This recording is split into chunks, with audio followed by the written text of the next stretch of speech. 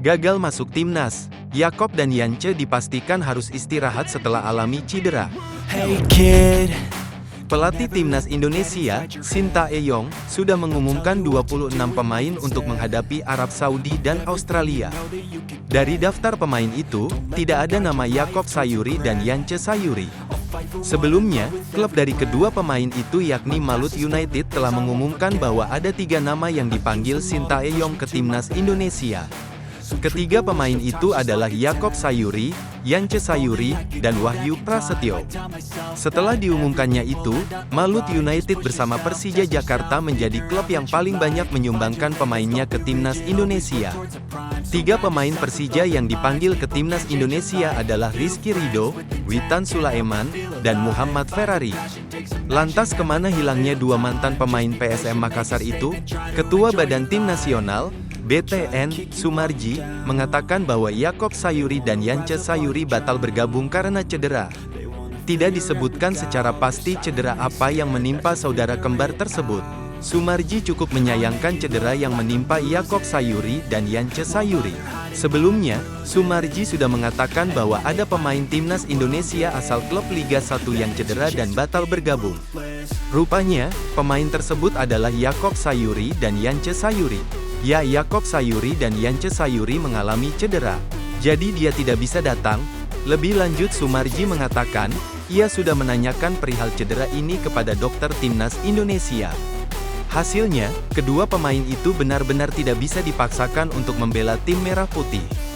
Yakob Sayuri dan Yance Sayuri harus istirahat cukup lama karena cederanya itu. Tentu saja ini merugikan bagi timnas Indonesia dan Malut United. Saya sudah menanyakan ini ke dokter tim. Mereka harus istirahat selama 4 pekan, kata Sumarji.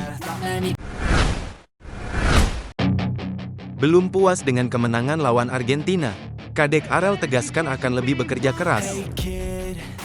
Kapten Timnas U20 Indonesia, Kadek Arel, angkat bicara usai berhasil menang atas Argentina di laga perdana Seoul On Us 2024 di Mokdong Stadium. Kadek Arel menjadi aktor protagonis Timnas U20 Indonesia dalam comeback sensasional lawan La Albiceleste Muda.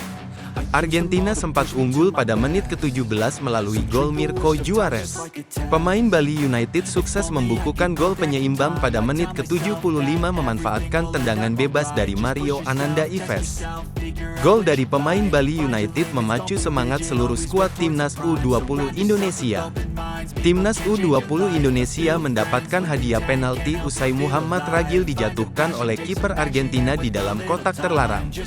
Mario Ananda Ives yang maju sebagai eksekutor sukses menunaikan tugasnya dan bawa Timnas U20 Indonesia menang atas La Albiceleste.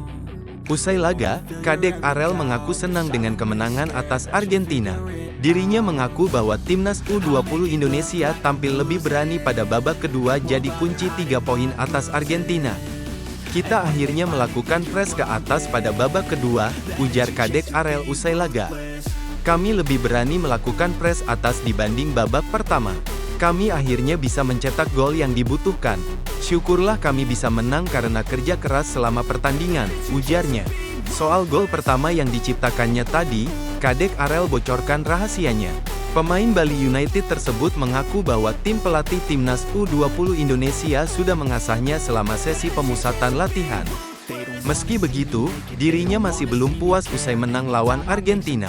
Kapten Timnas U20 Indonesia berharap bisa main lebih baik saat jumpa Thailand di laga kedua Seoul On Us Cup 2024. Untuk gol tadi, kami sudah melatihnya sepekan dalam sesi latihan, ujar Kadek Arel. Tujuan kami adalah lebih baik lagi. Memang kami tidak menargetkan trofi juara, tetapi ingin tampil lebih baik di laga berikutnya, ujarnya. Mungkin saja kami bisa juara, ujar Kadek Arel. Dan saya harap kami bisa bekerja keras dan tim bisa memenangkan laga selanjutnya, ujarnya. Ingin angkat nama Indonesia di kancah dunia? Cita-cita mulia J untuk Timnas Indonesia. Bek Timnas Indonesia, Jay Izzes ingin mengangkat nama Indonesia di peta dunia menjelang putaran ketiga kualifikasi Piala Dunia 2026 zona Asia. Timnas Indonesia masuk ke dalam grup C putaran ketiga kualifikasi Piala Dunia 2026 zona Asia bersama Jepang, Arab Saudi, Australia, Bahrain, dan China. Dapat dikatakan lawan Timnas Indonesia adalah tim elit Asia karena ada Jepang, Australia, dan Arab Saudi. Ketiga tim di atas adalah tim yang langganan lolos ke Piala Dunia. Selain itu ranking FIFA mereka sangat tinggi dibandingkan Timnas Indonesia. Timnas Indonesia akan mengawali laga putaran ketiga dengan 2 pertandingan di September tahun 2024. Tim besutan Shin Tae-yong itu bertandang ke markas Arab Saudi di Stadion King Abdullah Sports City Stadium. Setelah itu, Timnas Indonesia menjamu Australia di Stadion Utama Gelora Bung Karno, Senayan, Jakarta. Kami memiliki kesempatan luar biasa di depan kami, kata Izzes.